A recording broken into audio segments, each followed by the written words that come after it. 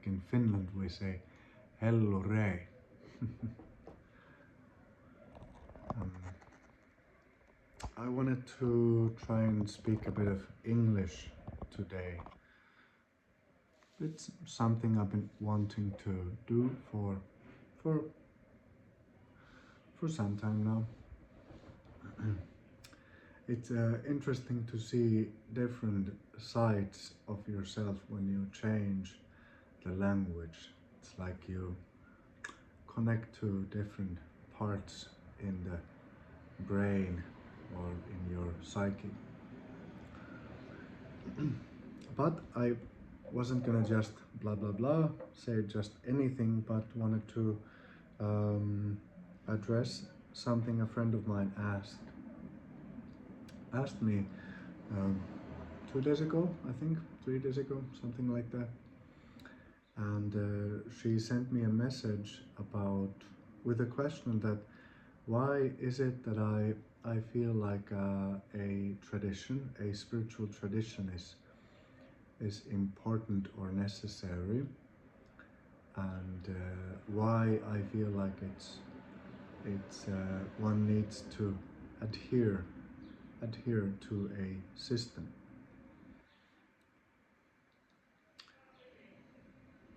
So, well, first of all, I don't think it's for everybody to follow a certain tradition or to study a certain tradition. It's like not everybody on this earth is interested in dancing at the moment.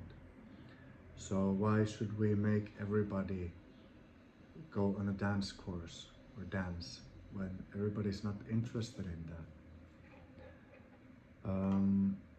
Of course, we can show that this is what dancing looks like. If we really feel into it, maybe somebody might get inspired through that. Um, it's like the Quran also says that we're not supposed to make people join something, or that's not what this is about. But if we really feel into it, we really live it. It becomes embodied. The teaching, the spirit, the blessing in our lives. For sure, it will inspire some people. It will also make some people feel, oh, yuck! I really don't want that. That touches things in me that I really don't want to feel and look at or touch. And some people are just like, oh, that's not at all what I'm interested in. And all of this is for me, all of this is very okay. All of this has a purpose, all of this has a place. We have a free will, and there's a lot of different perspectives on that, of course. But generally, you can say that we have a free will, and we are free to choose, and we are all on our particular path. And if one day our hearts and souls, which I believe do exist and experience as true things,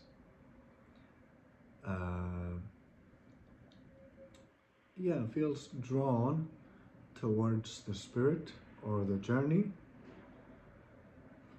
um, through whichever framework or culture or path, then that will happen. There's nothing anybody can do about that. From my own personal experience, when it starts to happen, when the calling is there, there's nothing you can do. It will take you in the end, at least, it will. You are already on the path when the calling happens. So, not everybody wants to be a dancer, and even more so, not everybody wants to be a dancer of a certain dance. And not everybody who likes that particular dance wants to become a super professional, a professional athlete of of a certain subcategory of salsa dancing. So why should we demand that from everybody? Not everybody is supposed to become a teacher of this certain specific dance and to travel to the utmost, highest levels of skill in that dance. And of course, the ones who love that dance, the ones who love to dance, would love for everybody to realize that dance in themselves. But there's so many ways to dance. Like Rumi says, there's as many paths to God as there are people or souls or creatures even. So this, I think, is something that needs to be understood, or at least something that I've found precious to understand, that it's not the path that is for this one is not for everyone. The things that are necessary and important for this one to learn at this point in life are not for everyone. Maybe might never be for those people. They're not meant to have certain experiences that build them in a certain way or make a certain kind of a painting of those people or souls or creatures.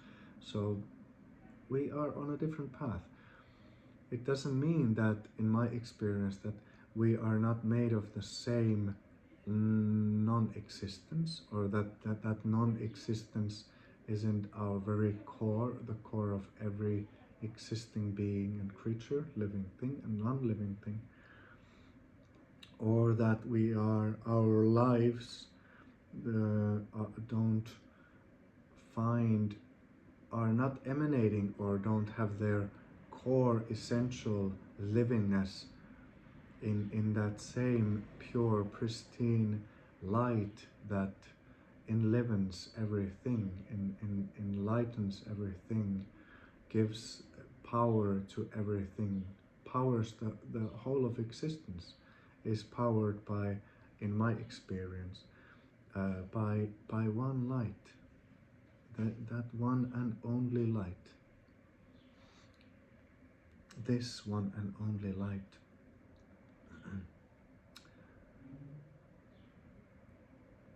But still, from that light emanates so many different kinds of colors, and from those colors so many existences and things, creatures, beings, and they are all perfect. They all serve a purpose, and not every creature made of those powers is meant for the same things at the same time. And still, every living creature and being has the same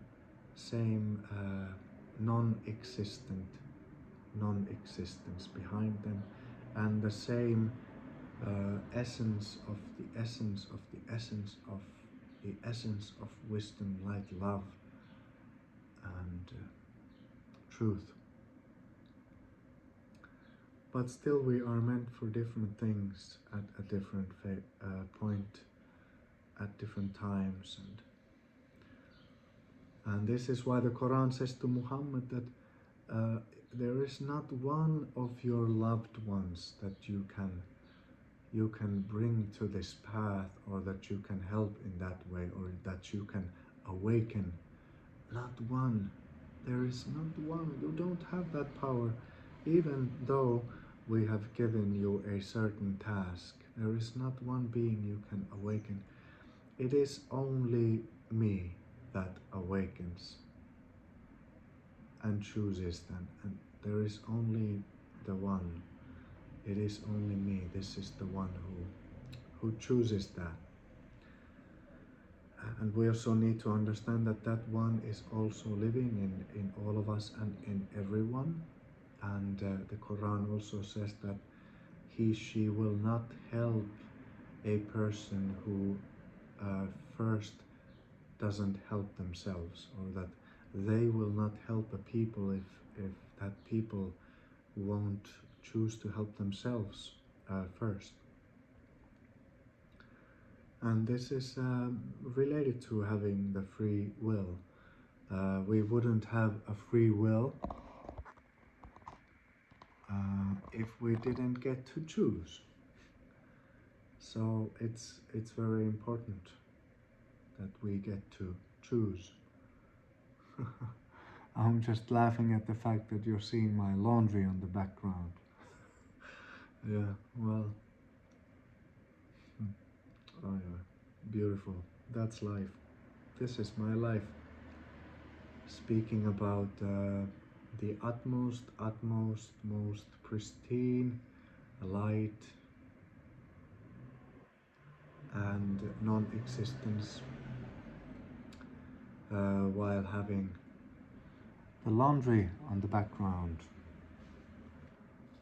while eating chocolate for breakfast.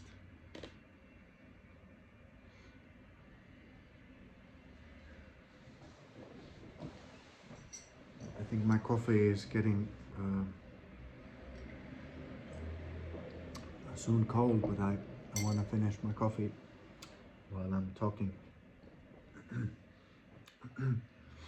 So it's not for everybody. It's not for everybody. And one of the things that I was also looking at and thinking about today and yesterday is that I believe that in the end, every person, even the people who are meant to serve a function of being evil or to have those experiences, will in the end end up in the same place. This is how merciful the creation and the one behind the creation is, that everything will be in balance. Everything always in the background is in balance. There's always a truth behind every truth.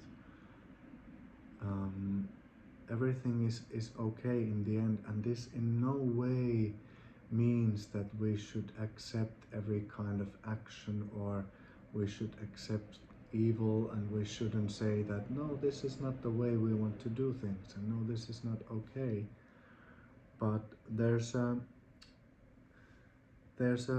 levels behind levels and even more levels, and well, we need to understand that I've found that it's beneficial for me to understand that there is a purpose behind everything, and sometimes I don't understand it, but I can be patient and maybe it will be understood at some point. Sometimes I might not have that understanding at any point.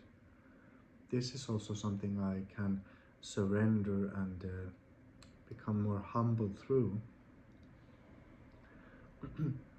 But I've seen it in so many times in my life that things have served a purpose. Even the ugly things have a purpose, and that everything in the end will be scaled out, or a balance will be revealed and found, and that there is a justice behind this life. And but I'm also, as a human being who is learning to reflect the qualities of the spirit, for example, compassion, sincerity, humility,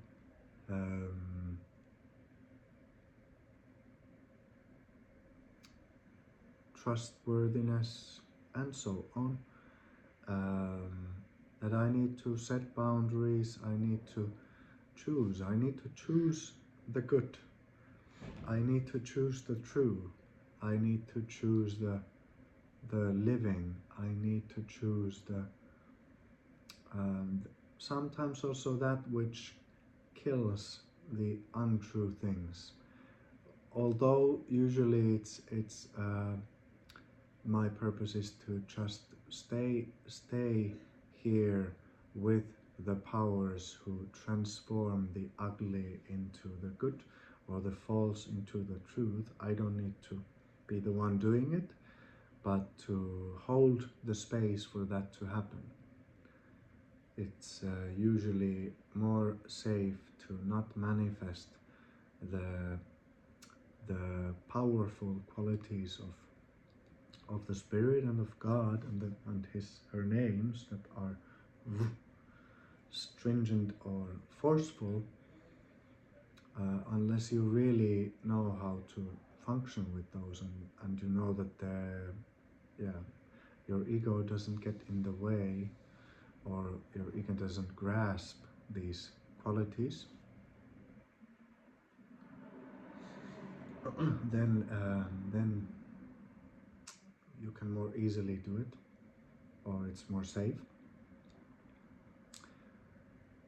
But anyways, my job is to reflect those, and this one is learning to reflect those qualities.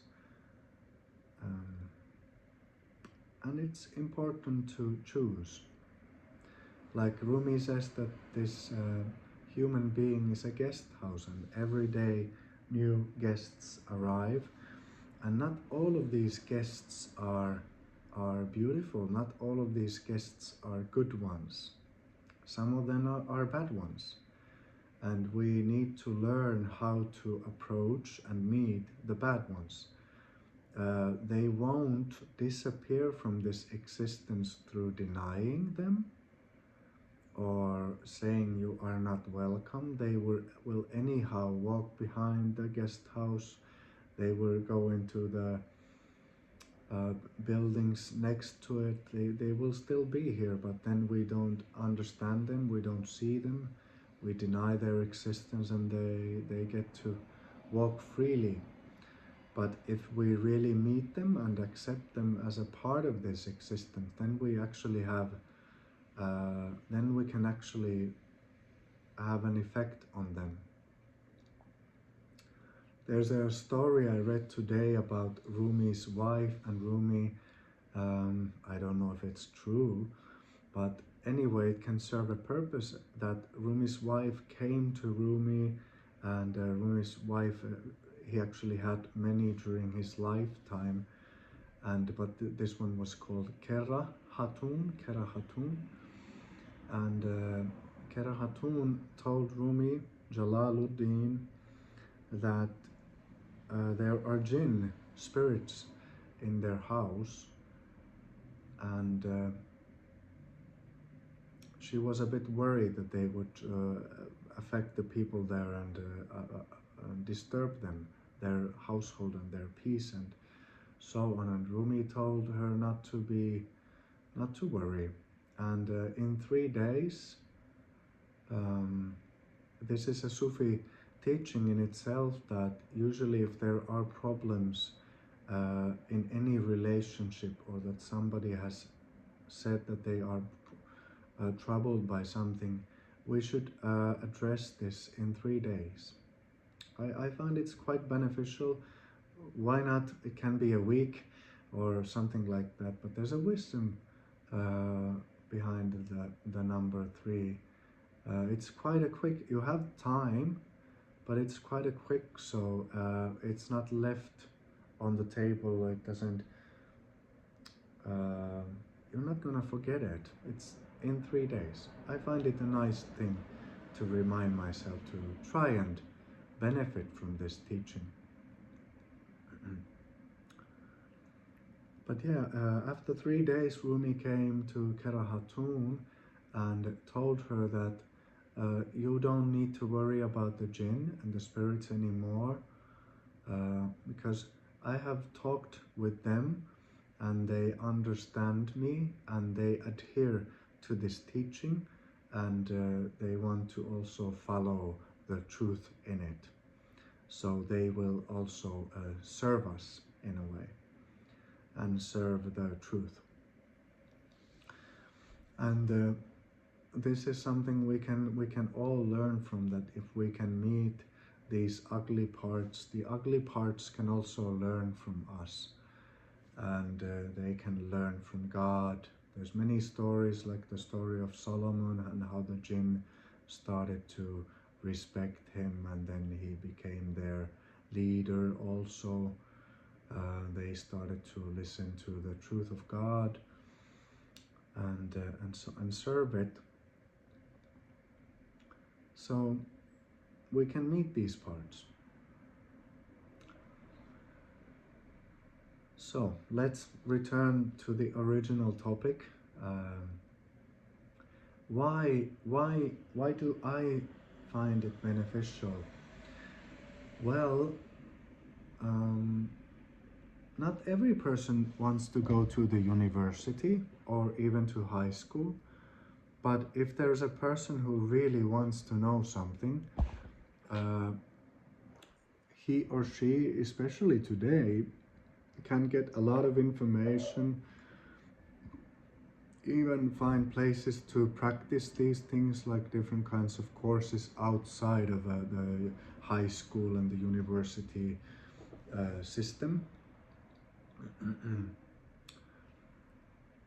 And there's other kinds of schools beside the university, but if you really want to learn something, it's quite beneficial to go to some kind of a school and have people who know a lot more about it than you know give their information and knowledge to you.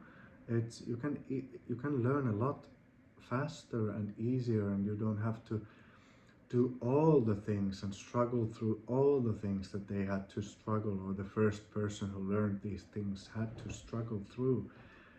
You can, yeah, go through them more easily, and some things you don't even need to struggle with, because somebody can say that, okay, that thing it's not necessary for us to learn that, because we can, it's about this, and if we understand this, then we don't need to understand that, because we already understood that it leads to this thing, and so on and so on. There is always the thing that when we go and learn with somebody, we get it in, and we learn and we learn, and we even imitate, and the vocabulary and the worldview of theirs comes into us, and then we become like children, and we're just parroting, like a parrot, somebody else's words. This happens to most of us when we're learning from somebody or a system or something like that. And then we need to make it our own. We need to digest it, to reflect on it, reflect it, like, is this really true? How do I feel about this? How is this opening? How do I make these concepts a lived experience, and so on? How does my lived experience relate to these concepts and the worldview and the perspective that they have offered to me?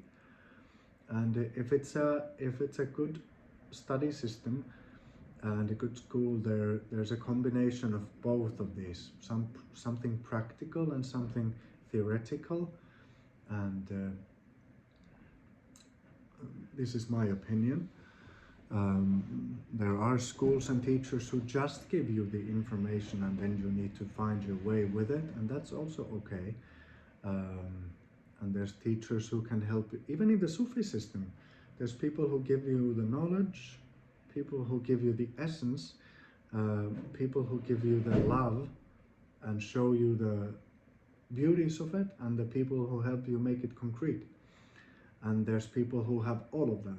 There's many kinds of people and teachers and masters and souls here, and they also all serve a purpose. Not every teacher or master or soul is meant to be the same. That would be boring. How do you create a creation, a creation with just creating one thing? You have to create so many different kinds of things for there to be a creation, an unbelievably miraculous creation. Wow, this is an unbelievable creation, like mind-boggling, mind-blowing creation. Um, but there are schools and different kinds of teachers. Not everybody is meant to go to a certain school. Not everybody needs this school. Somebody like to learn by going being in the nature. Somebody like to learn through becoming a parent, staying at home. Somebody might learn through distancing themselves from any people or any teaching. And you can learn all of these. You can learn spirituality also through all of these experiences. But if you feel drawn to learn Sufism, for example, learn from the tradition of Muhammad, learn from the tradition of a certain master of Sufism or a certain lineage, then it's beneficial to go and learn with those. And if you have respect and you have love for a certain soul, then that teaching will be transferred to you through that love, because love is the bridge between any two things. Love is the bridge. So this is why it's beneficial for those who want that, and not everybody needs to want that. Not everybody needs to take Sufism. Not everybody needs to follow the Hindu path. Not everybody needs to follow the Christian path. Although, in my experience, in my experience, there is only one light emanating from the non-existent God, the source of everything that we can never truly really see. That remains a mystery. Even behind all of the creation is, in a way, it is emptiness. It is empty, and this can be realized. But even behind that emptiness of everything, there is nothingness. It's an even more central or essential or basic realization in my experience and in my current understanding.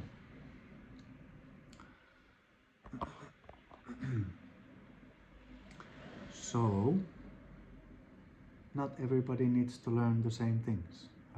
Not everybody is going to learn the same things about this existence or the non-existent. This is just the way it is. In the end, everything is made of it. Everybody is it. It is the only existent thing.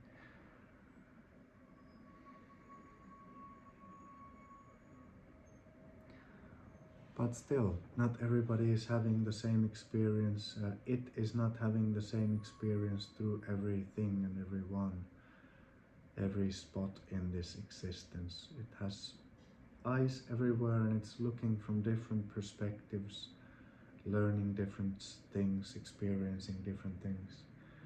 Maybe in the end it will find its way to itself in all parts. Maybe. Is that the end of everything? Will everything then end? Will everything end before that? Who knows? We call he, she. In the Sufi tradition, we call it who. Who knows? Who knows? Who knows? So let's see. This one is finding out how it is, being shown how it is step by step. Let's see where it takes us in this school of life that has so many schools. This school of love that has so many schools. Some of the schools are so unloving, so full of other things that don't look like love, but it's still happening in the school of love. There is room in the school of love to learn about utmost hatred and distance from God, from love, from creation, from any goodness.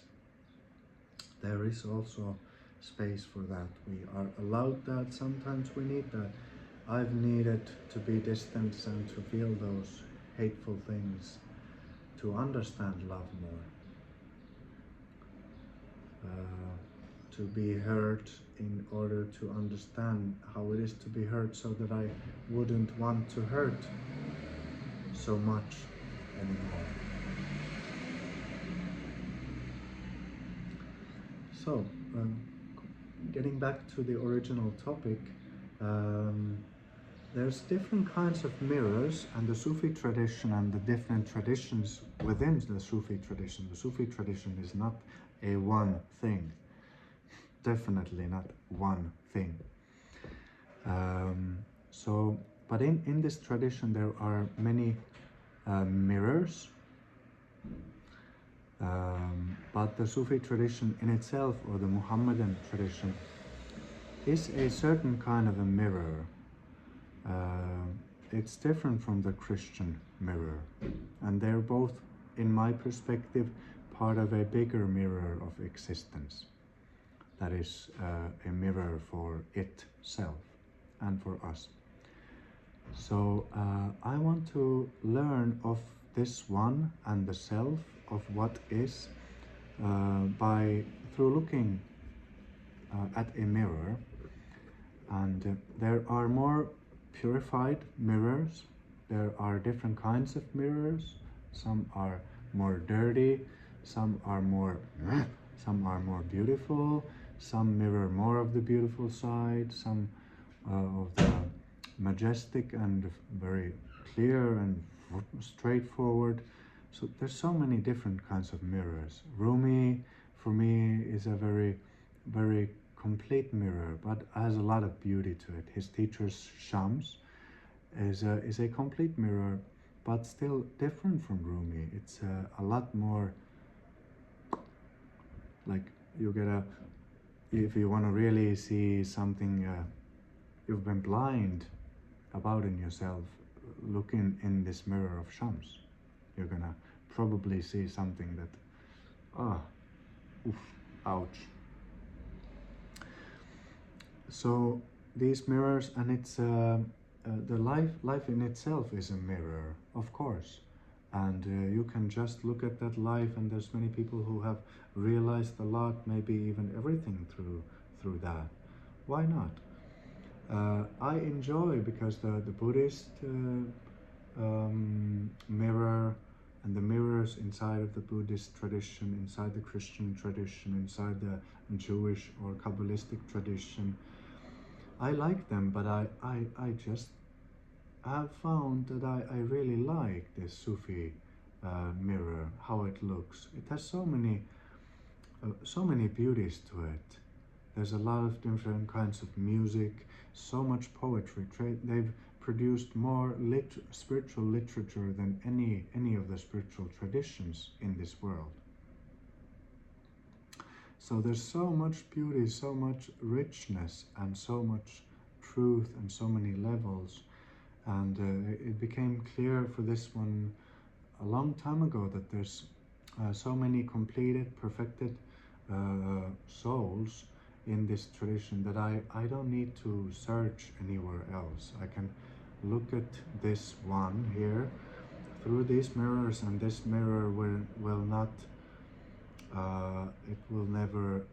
there will never be a moment when well, let's not say never, because if you say there will never, you're gonna create some problems for yourself, but I feel like this mirror won't exhaust itself.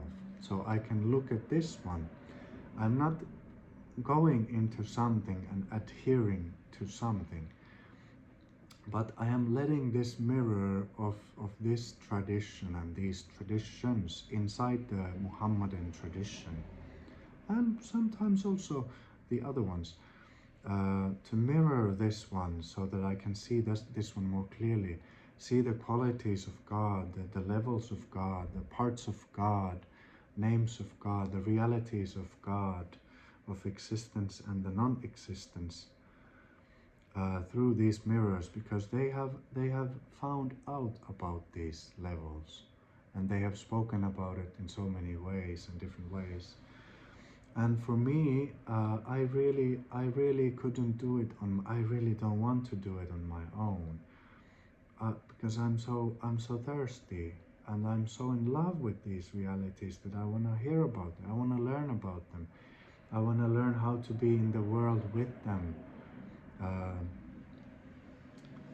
But I've always longed to know God as deeply as possible, and they know God, and they can show me their secrets if I'm really sincerely willing to hear and listen and learn. And they're not showing anything that is not a part of this mystery, this secret that is at the core of every created being. And yeah, and they also already know which parts of this existence we might not need to go to. We don't need to go to all the possibilities, because this psyche, this spiritual realities, is an endless, it's a never-ending story.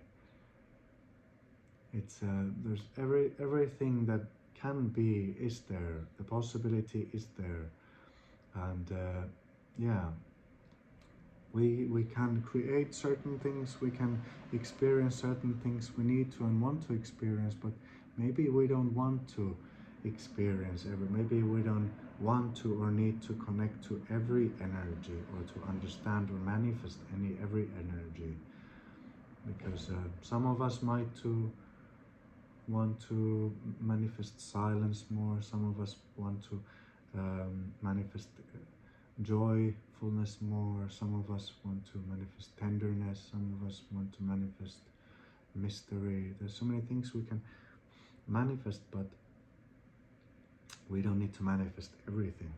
There are people who are manifesting the ugly parts, and not all of us need to do that, and we can make that choice. And the people who understand the spiritual realities also know how to be in interaction with these realities and that reality, and how to behave with certain energies, how to say no to certain energies, how to teach certain energies, and how to safeguard one from certain energies, and so on. So this is very beneficial, and part of the things that are why I want to listen to some people, because this is it's the realities that we are talking about here are quite powerful, and yeah, it's good to have somebody tell you how to be with those. It's this is not just, I'm not talking about the courses where we are with our emotions and we learn to connect to, like, this is a different, okay, this is a dance on a different level of creation that I'm talking about here. Not to make any part or level any more important than the other ones, but there certainly are levels to this creation. So I think I've said enough about this. So it's not for everybody, not necessary, but I find it important, and I have found many mirrors that I love, and mostly they are connected to the reality or the tradition of Muhammad. May peace be upon him and blessings. Yeah, but one of the ways that we can also look at it is that we don't need to adhere to something, but we can be recipients of certain wisdoms and blessings. And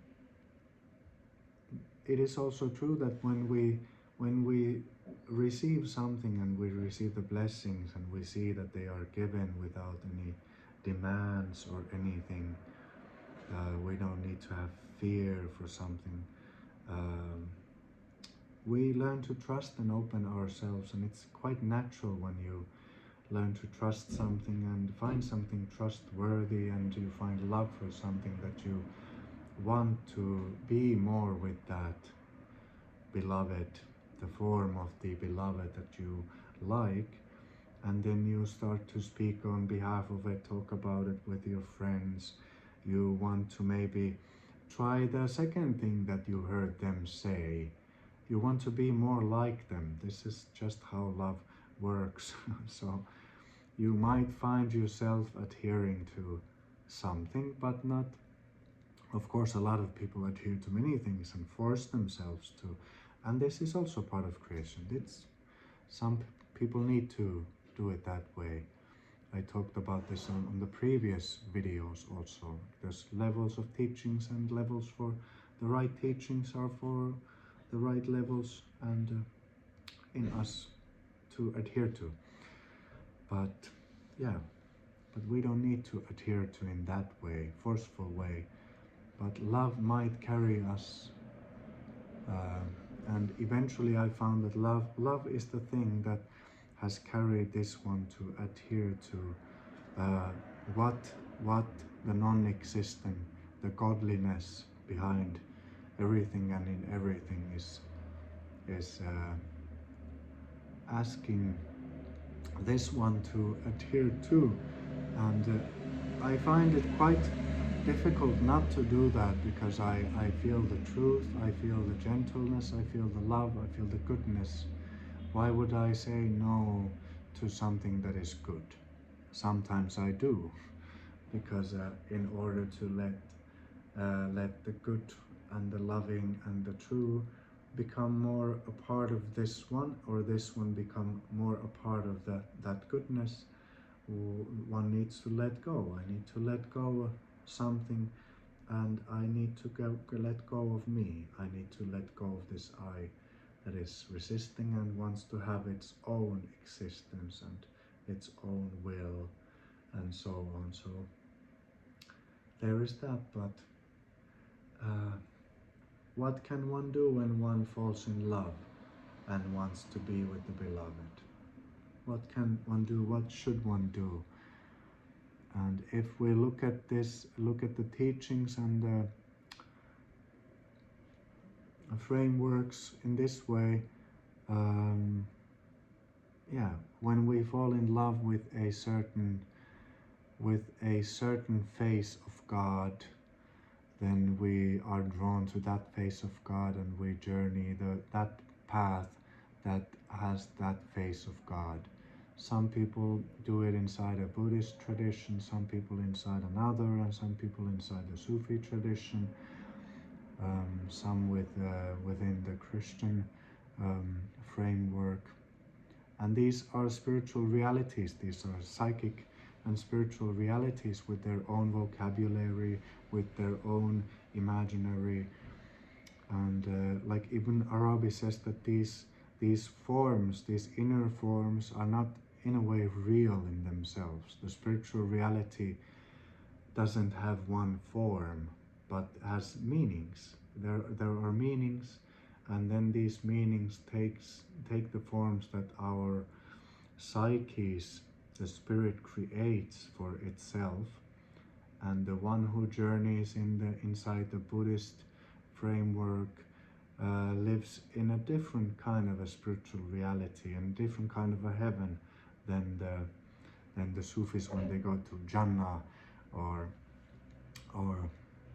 other traditions, or practitioners of other traditions go there. So, but the closer we get to reality, the utmost pristine realities, and the utmost, the highest levels of creation, the less forms there are, and then there is the formless pure consciousness, and behind that there is the formless non-existent non-conscious also. So many facets, many facets. I hope you've enjoyed this, and yeah, I just wanted to stay with the question that my friend asked. May you have a blessed day, and see you someday, inshallah.